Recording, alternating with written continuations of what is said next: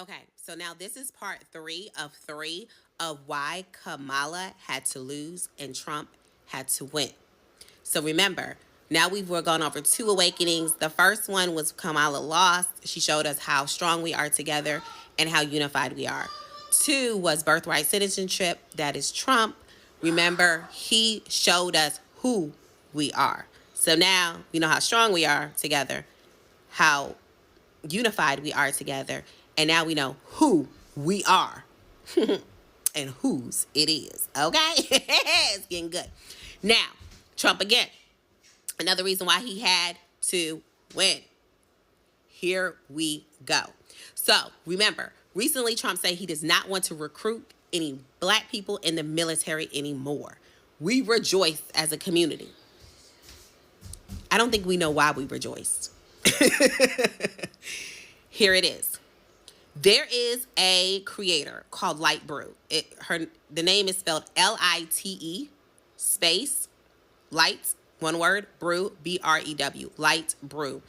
If you go to her page, you'll see a video, and she has a video clipping of a CNN interview of a black woman who was part of the ISIS shootings that took place about 8 years ago or so.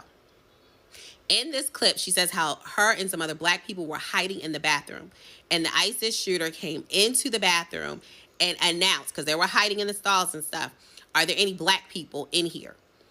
She was scared to reply. A black man replied and said, yes, there's about 8 of us.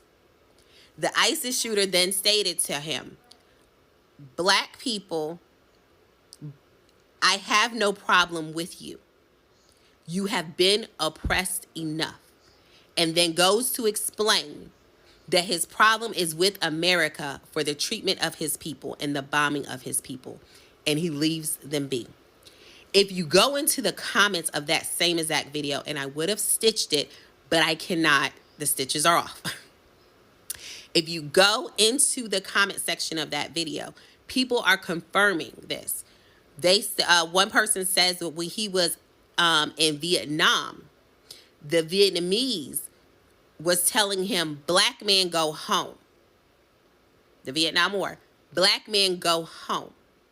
Meaning, we ain't got no problems with you. Go on back home. Someone else in the comments stated when he was in Iraq that the Iraqis sent all the black people back to America. They didn't want to fight them. Guys, what this shows from this is that black people are the protected class around the world.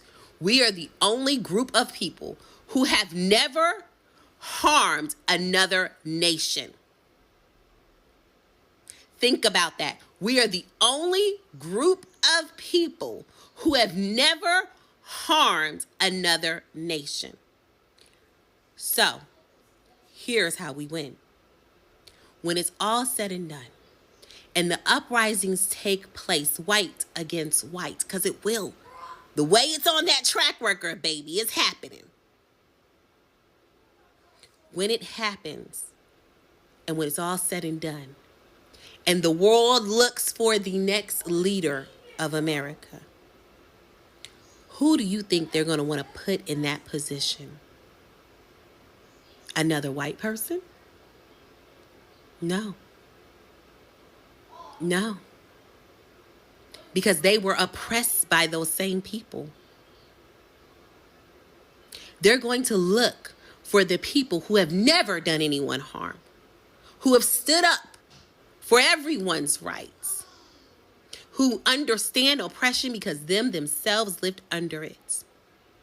Think about all the nations who opened their doors and said, come. Think about how many nations actually tried to help us, and our own government turned them away. Think about Colombia's letter that was sent to Trump. Did you see it? Poetic. And in that, he specifically mentions black people coming. Come. I'm just saying, guys, think about it. We win in the end.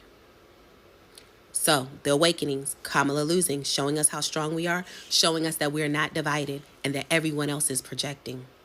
2, Trump birthright citizenship question. He was needed. Okay? He showed us who we are. We started digging, another awakening. Third one, him not wanting us to be in the military. From that, he shows us how loved and beloved and how protected we actually are. Pay attention.